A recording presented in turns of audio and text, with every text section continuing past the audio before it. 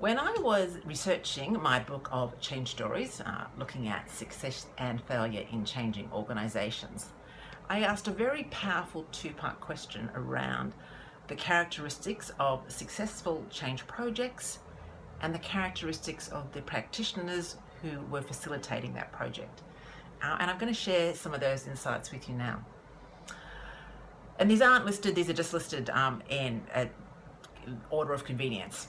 The first characteristic is that the change practitioner really understands the organisational environment where the change project is being undertaken.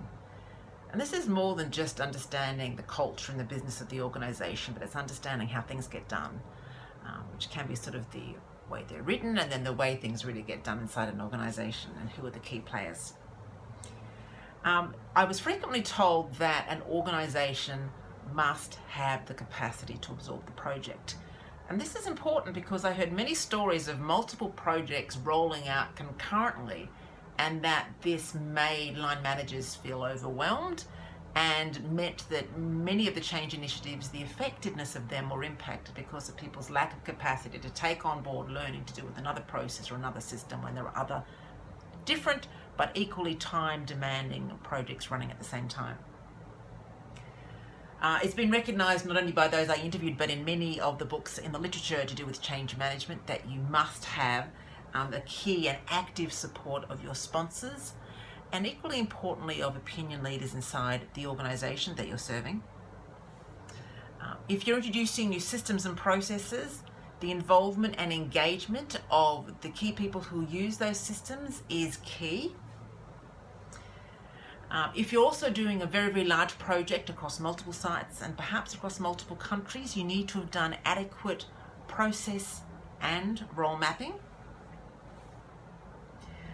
As I mentioned in a previous video, also what is important is identifying who all the stakeholders are who are impacted by the assessment. And some of the stories that were shared with me that went astray, the problems came because there were important stakeholders that were missed in that initial analysis undertaken at the beginning of the project.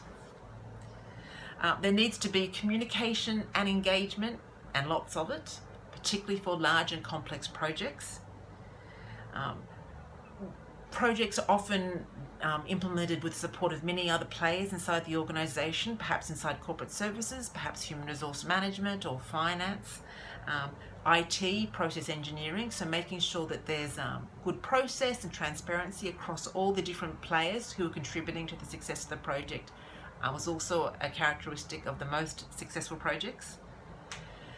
Spending time developing the competence and confidence of leaders also was a characteristic of successful projects, as was managing the project within an appropriate governance structure.